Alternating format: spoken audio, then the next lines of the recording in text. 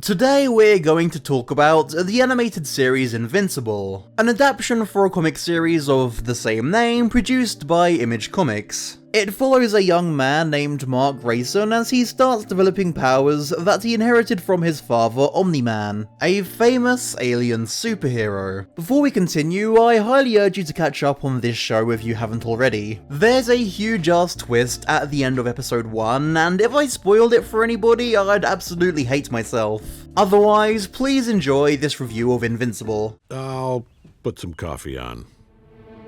So I had absolutely no prior knowledge of Invincible before watching it. I saw a couple of people hype it up on Twitter, which is what made me interested in checking it out in the first place, but besides that, I went in completely blind. And that's a good thing, because knowing what's going to happen ruins the fantastic, mind-numbingly dull start. The episode's job is to create the illusion of being a crappy, kid-friendly generic superhero story. It does a great job of this. The art direction is appealing yet generic. You have this obvious Justice League parody team which the show plays completely straight, and the focus seems to be this boring coming-of-age story, where the protagonist learns how to use his powers. Yeah, you totally have this show figured out, you scoff to yourself. Until, well, this happens.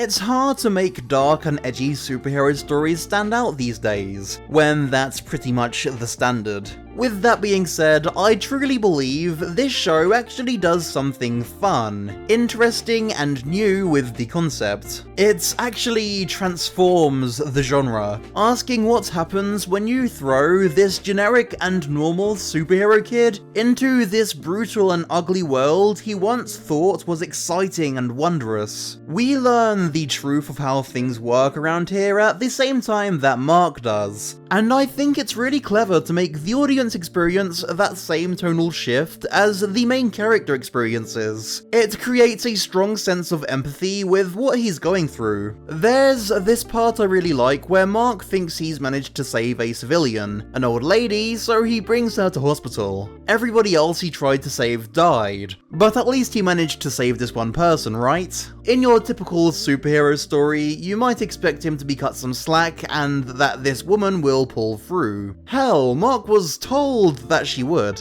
but she doesn't. It's definitely cruel, but it doesn't feel overly edgy or forced. It just feels real, raw, and I love how the show will go there. That psychological aspect of the show is very interesting to me. Like, how will they push things even further and break Invincible next? Oh, Invincible. It's ironic. I get it now. Clever. I charge $2.50 an hour. I also really love his relationship with his mother, Debbie, played by Sandra Oh. I found it to be very believable. Being dark and gritty, I wasn't sure what to expect in the humor department for Invincible. The first episode had me worried that it would be totally devoid of humor, but like in every other department, they were clearly holding back. The show is actually incredibly witty. I found myself laughing a lot in the following 2 episodes. There's black comedy, of course, such as when Eve walks in on Rex, getting freaky with the duplicates. However, there's also goofier stuff like Mark waiting for Omniman to shut up, which I thought was relatable and I found it endlessly amusing. Right. Yeah, thanks. Hey, one last piece of fatherly advice, okay? Outside of Mark's story, you also have a ton of other interesting plots developing in the background. Obviously, the biggest one is whatever's going on with Omniman, and I'm really excited to see where that goes. So far, they've done a brilliant job of keeping me engaged. There's so much tension in every scene that involves Omniman. I mean, the normal domestic scenes are the most terrifying because you have no fucking idea what's going on in his head. Does he genuinely care about his family? Did he actually have a good reason for killing the Guardians of the Globe? All of these questions really keep me on the edge of my seats, and I love it. I've really fallen in love with the side characters as well. Mark and Omniman are great, but there's also Atom Eve, who so far I feel has been a really likeable and strong female character. She doesn't act in that typical frustrating way that most female love interests do. She feels like her own person. When she sees Mark making out with another woman, after it was established Eve had feelings for him, her first reaction wasn't to freak out and get angry, and instead she was actually happy for Mark, which I found very refreshing. Good for you, Mark.